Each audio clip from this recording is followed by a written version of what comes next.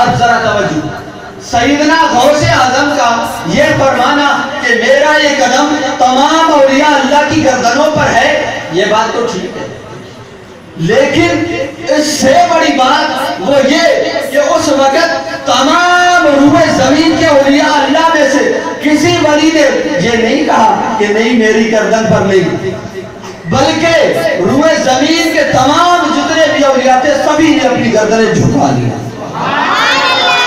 سب نے اپنی گردنوں کو جھکا دیا، سر تسلیم خم کر دیا، اپنی جبین نیاز جھکا کے کہہ دیا، بلکہ بعض بزرگوں نے تو یہ کہا کہ نہیں اے غوث پاک آپ کا قدم ہماری گردنوں پر نہیں ہمارے سروں پر۔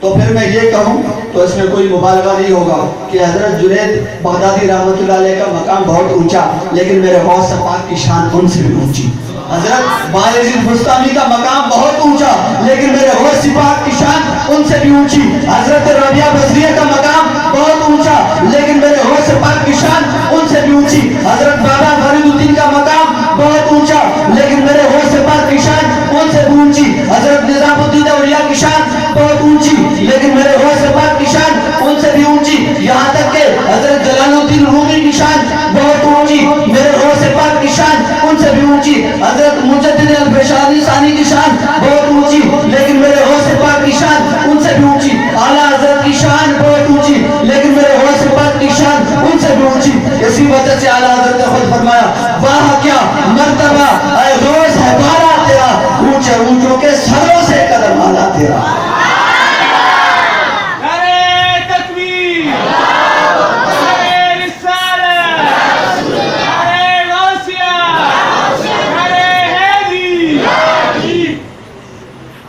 اونچے اونچوں کے سروں سے قدم آلا تیرا، اونچے اونچوں کے سروں سے ذرا زور سے قدم آلا تیرا، سر بھلا کیا جانے کوئی کہ ہے کیسا تیرا، سر بھلا کیا کوئی جانے کہ ہے کیسا تیرا،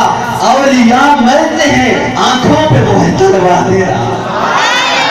اولیاء جسے اپنی آنکھوں کا سرما بنائے وہ میرے غوث پاک کے قدموں کے دھول ہے۔